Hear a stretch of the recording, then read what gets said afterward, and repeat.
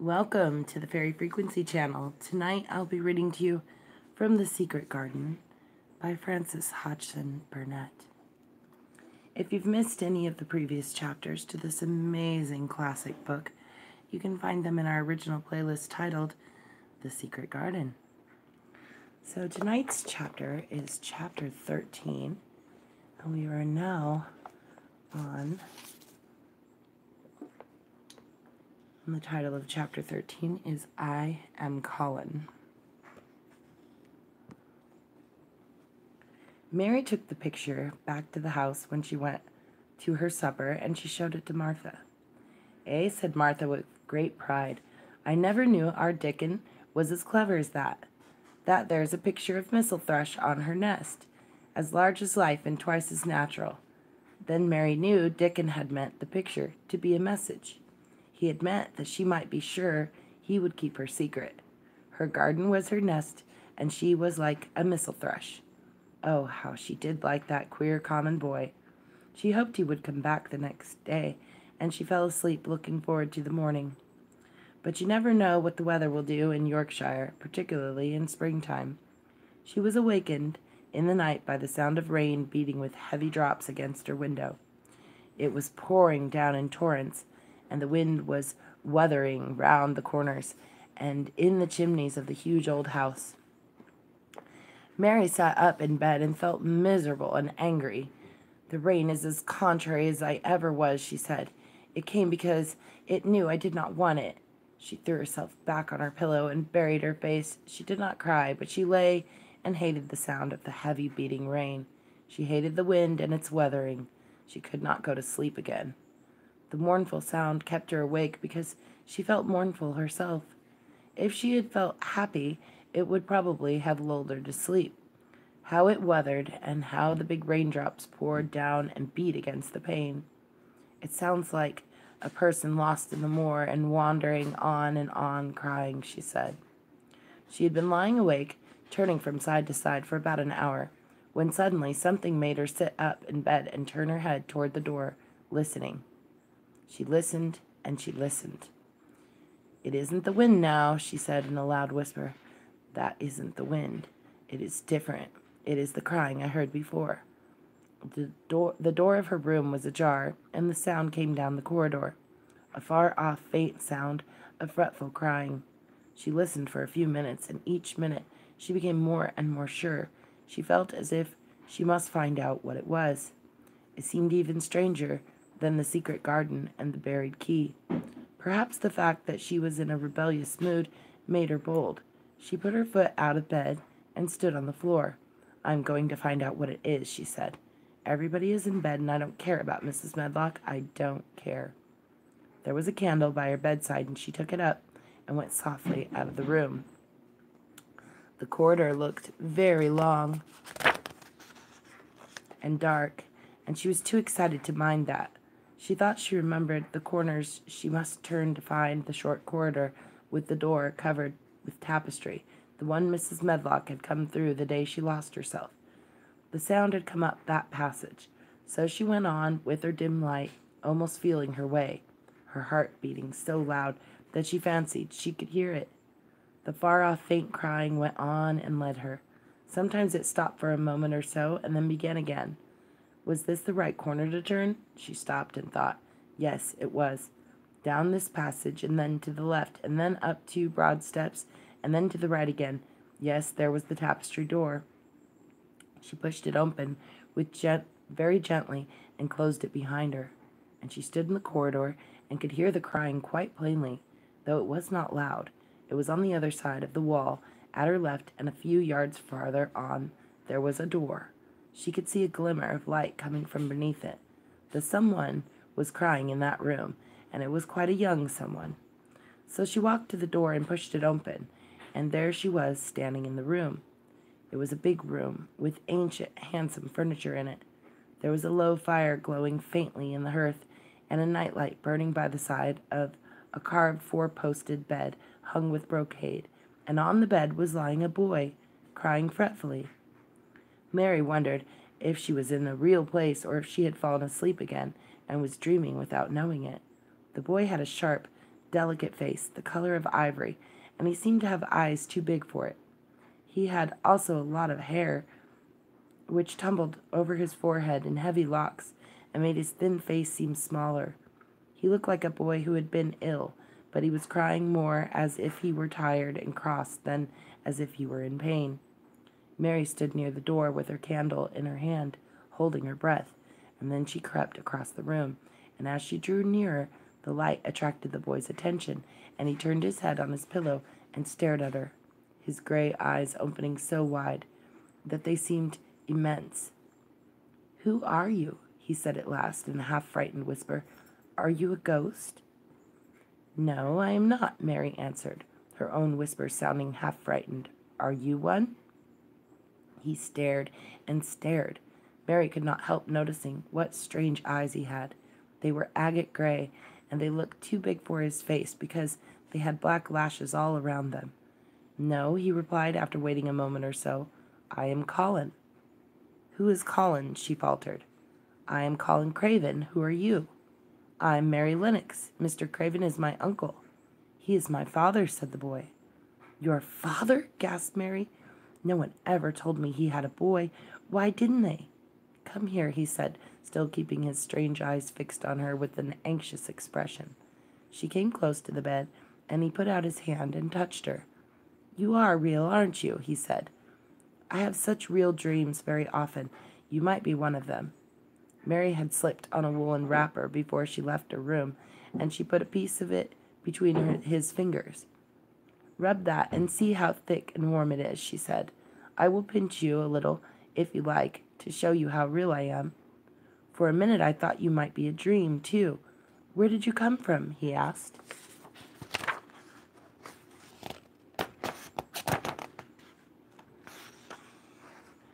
"From my own room. The wind weathered so I couldn't go to sleep, and I heard someone crying, and I wanted to find out who it was." "What were you crying for?" "Because I couldn't go to sleep either, and my head ached. Tell me your name again." "Mary Lennox. Did no one ever tell you I had come to live here?" He was still fingering the fold of her wrapper, but he began to look a little more as if he believed in her reality. "No," he answered. "They daren't." "Why?" asked Mary. "Because I should have been afraid you would see me. I won't let people see me and talk me over." "Why?" Mary asked again, feeling more mystified every moment.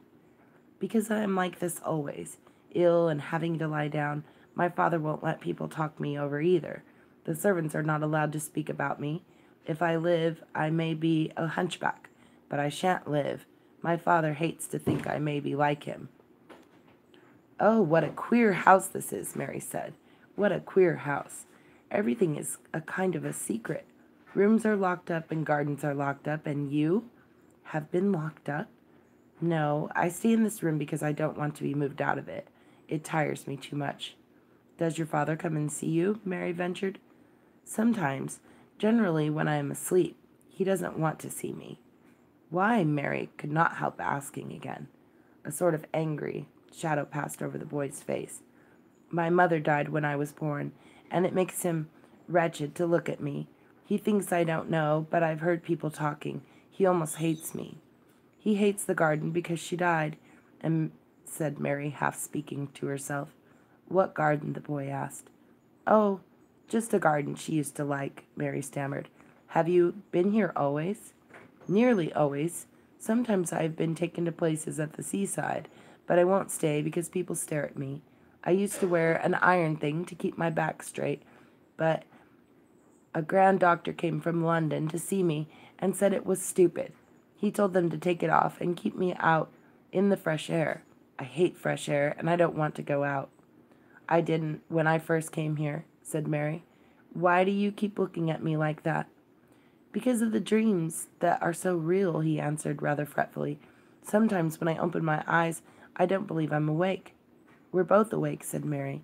She glanced round the room, with its high ceiling and shadowy corners and dim firelight. "It looks quite like a dream.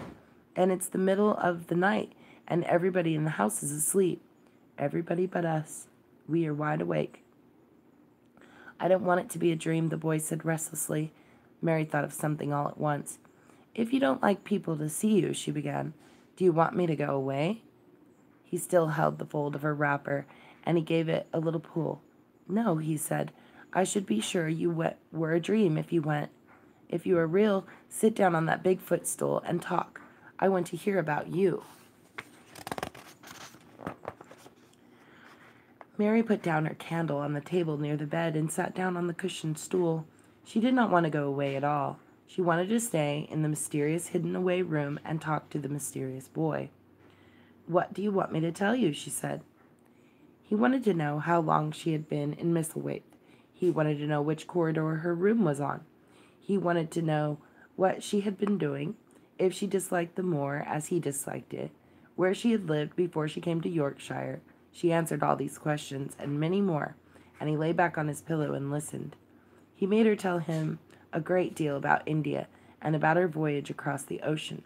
She found out that because he had been an invalid, he had not learned things as other children had. One of his nurses had taught him to read when he was quite little, and he was always reading and looking at pictures in splendid books. Though his father rarely saw him when he was awake, he was given all sorts of wonderful things to amuse himself with. He never seemed to have been amused, however. He could have anything he asked for, and it was never made to do anything he did not like to do. Everyone is obliged to do what pleases me, he said indifferently. It makes me ill to be angry. No one believes I shall live to grow up. He said it as if he were so accustomed to the idea that it ceased to matter to him at all. He seemed to like the sound of Mary's voice. As she went on talking, he listened in a drowsy, interested way. Once or twice, she wondered if he were not gradually falling into a doze, but at last he asked a question which opened up a new subject. How old are you? He asked. I am 10, answered Mary, forgetting herself for the moment, and so are you. How do you know that? He demanded in a surprised voice. Because when you were born, the garden door was locked, and the key was buried, and it has been locked for 10 years. Colin half sat up, turning toward her, leaning on his elbows. What garden door was locked? Who did it? Where was the key buried? He exclaimed as if he were suddenly very much interested. It was the garden Mr. Craven hates, said Mary nervously. He locked the door. No one knew where he buried the key. What sort of garden is it? Colin persisted eagerly. No one has been allowed to go in it for 10 years, was Mary's careful answer. But it was too late to be careful. He was too much like herself. He, too, had had nothing to think about, and the idea of a hidden garden attracted him as it had attracted her.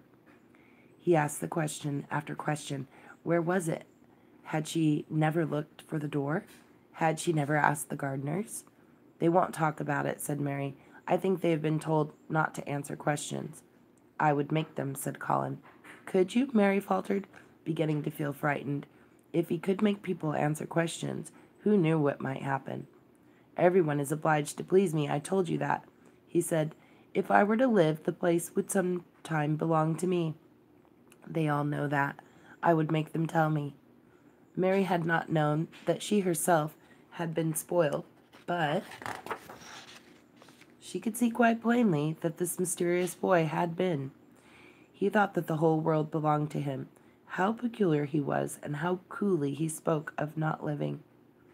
Do you think you won't live? She asked, partly because she was curious and partly in hope of making him forget the garden. I don't suppose I shall, he answered, as indifferently as he had spoken before. Ever since I remember anything, I have heard people say I shan't. At first they thought I was too little to understand, and now they think I don't hear. But I do. My doctor is my father's cousin. He is quite poor, and if I die, he will have all Misselthwaite when my father is dead. I should think he wouldn't want me to live. Do you want to live? Inquired Mary. No, he answered in a cross, tired fashion. But I don't want to die. When I feel ill, I lie here and think about it until I cry and cry. I have heard you crying 3 times, Mary said, but I did not know who it was. Were you crying about that? She did not want him to forget the garden. She did so want him to forget the garden. I dare say, he answered. Let us talk about something else. Talk about that garden. Don't you want to see it? Yes, answered Mary in quite a low voice. I do. He went on persistently. I don't think I ever really wanted to see anything before, but I want to see that garden. I want the key dug up. I want the door unlocked. I would let them take me there in my chair. They would be getting fresh air. That would be getting fresh air. I'm going to make them open the door. He had become quite excited, and his strange eyes began to shine like stars and looked more immense than ever. They have to please me, he said. I will make them take me there, and I will let you go too. Mary's hands clutched each other. Everything would be spoiled, everything. Dickon would never come back. She would never again feel like a missel thrush with a safe haven nest. Oh, don't do that, she cried out. He stared at her. He stared as if he thought she had gone crazy. Why, he exclaimed, you said you wanted to see it. I do, she answered, almost with a sob in her throat. But if you make them open the door and take you in like that, it will never be a secret again. He leaned still farther forward. A secret, he said. What do you mean? Tell me. Mary's words almost tumbled over one another. You see, she panted, if no one knows but ourselves, if there was a door hidden somewhere under the ivy, if there was, and we could find it, and if we could slip through it together and shut it behind us and no one knew anyone was inside, and we called it our garden and pretended that we were missel thrushes and it was our nest, and if we played there almost every day and dug and planted seeds and made it all come alive. Is it dead? He interrupted her. It soon will be if no one cares for it, she went on. The bulbs will live, but the roses. He stopped her again, as excited as she was herself. What are bulbs? He put in quickly. They are daffodils and lilies and snowdrops. They are working in the earth now, pushing up pale green points because the spring is coming. Is the spring coming? He said. What is it like? You don't see it in the rooms if you are ill. It is the sun shining on the rain and the rain falling on the sunshine and things pushing up and working under the earth, said Mary. If the garden was a secret and we could get into it, we could watch the things grow bigger every day and see how many roses are alive. Don't you see? Oh, don't you see how much nicer it would be if it was a secret? He dropped back on his pillow and lay there with an odd expression on his face. I never had a secret, he said, except that one about not living to grow up. They don't know I know that, so it is a sort of secret. But I like this kind better. If you won't make them take you to the garden, pleaded Mary, perhaps I feel almost sure I can find out how to get in sometime. And then, if the doctor wants you to go out in your chair, and if you can always do what you want to do, perhaps we might find some boy who would push you, and we could go alone, and it would always be a secret garden. I should like that, he said very slowly, his eyes looking dreamy. I should like that. I should not mind fresh air in a secret garden. Mary began to recover her breath and feel safer because the idea of keeping the secret seemed to please him. She felt almost sure that if she kept on talking and could make him see the garden in his mind as she had seen it, he would like it so much that he could not bear to think that everybody might tramp into it when they chose. I'll tell you what I think it would be like. It would if we could go into it, she said. It has been shut up so long things have grown into a tangle, perhaps. He lay quite still and listened while she went on talking about the roses which might have clambered from tree to tree and hung down, about the many birds which might have built their nests there because it was so safe, and then she told him about the robin and bedweather stuff, and there was so much to tell about the robin, and it was so easy and safe to talk about it that she ceased to be afraid. The robin pleased him so much that he smiled until he looked almost beautiful, and at first Mary had thought that he was even plainer than herself, with his big eyes and heavy locks of hair. I did not know birds could be like that, he said. But if you stay in the room, you never see things. What a lot of things you know. I feel as if you had been inside that garden. She did not know what to say, so she did not say anything. He evidently did not expect an answer, and the next moment he gave her a surprise. I'm going to let you look at something, he said. Do you see that rose-colored silk curtain hanging on the wall over the mantelpiece? Mary had not noticed it before, but she looked up and saw it.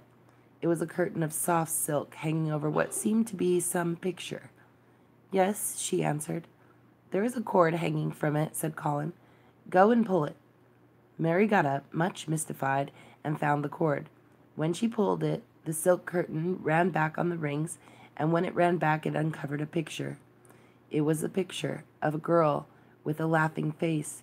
She had bright hair tied up with a blue ribbon, and her gay, lovely eyes were exactly like Colin's unhappy ones, agate gray and looking twice as big as they really were because of the black lashes all around them. She is my mother, said Colin complainingly. I don't see why she died. Sometimes I hate her for doing it. How queer, said Mary.